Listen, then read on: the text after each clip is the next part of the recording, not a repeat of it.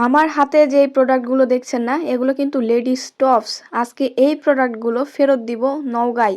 ফেরত দিয়ে নতুন কিছু মাল কিনবো আর এক্সট্রা আরও কিছু কিনবো। সো ইনশাল্লাহ চলেন আপনাদের সাথে নিয়ে দেখাবো।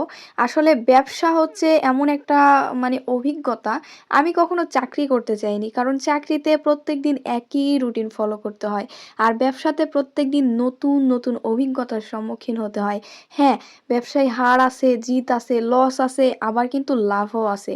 প্রত্যেকদিন নতুন নতুন অভিজ্ঞতা। আলহামদুলিল্লাহ আমার খুবই ভালো লাগে। আর আমি নওগাঁয় অলরেডি চলে আসছি, নওগাঁ সদরে মূলত। আর রাস্তার মধ্যে এসে দেখি আমি ম্যানি ব্যাগটাই নিতে ভুলে গেছি। কি একটা অবস্থা বলেন তো! গাড়ি ভাড়া কিভাবে দিব, আর নওগাঁ থেকে যাব কিভাবে, আর নওগাঁয় যে আসছি এই টাকাগুলোই কই থেকে দিব।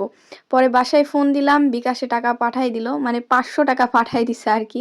সেই টাকা দিয়ে ভাড়া দিয়ে আসছি। এখন দেখা যাক, আমার একটা আঙ্কেল আছে, খুবই ভালো আঙ্কেল, খুবই আন্তরিক। দেখা যাক ওনাকে বুঝিয়ে বলে উনি দেয় কিনা। সো আসার সাথে সাথে উনি বলতেছে, নাও মা নাও, তোমার যা যা লাগে নাও। উনি আরো জোর করে দিচ্ছিলেন, যে দেখাচ্ছিলেন, এটা নাও মা, এটা নাও। উনার ব্যবহার আমার কাছে খুবই ভালো লাগে। আমি কিন্তু ওই যে টাকা পয়সা বা কি বলে ধন সম্পদ, এইগুলো আমার কাছে গুরুত্বপূর্ণ না। কে আমার সাথে কেমন ব্যবহার করতেছে, সেই ব্যবহারটা আমার মনে থাকে, আমার খুব ভালো লাগে। আমি জীবনে যতগুলো মানুষ দেখেছি তার মধ্যে অন্যতম একজন মানুষ হচ্ছেন আমার এই আঙ্কেল, যিনি আমাকে নিজের মেয়ের মতো দেখে। আলহামদুলিল্লাহ, আমি খুব লাকি যে ওনার মতো একজন আঙ্কেল পেয়েছি। আসলে ব্যবসায়ী লাইফে, ব্যবসায়ীদের জন্য মূলত এমন একজন মহাজন পাওয়া খুবই দুর্লভ ব্যাপার, যিনি একবারে নিজের মেয়ের মতো হাতে কলমে সবকিছু শেখাবেন, হাতে কলমে ব্যবসাটা মূলত শিখিয়ে দিবেন। সো আলহামদুলিল্লাহ আমি পেয়েছি। আমার লাইফে অনেক মানুষজন রয়েছে যাদের অবদান অনেক বেশি, আমার কাছের মানুষজনদের থেকে বেশি, আমার আত্মীয় স্বজনদের থেকেও অনেক বেশি গুরুত্বপূর্ণ তারা আমার কাছে।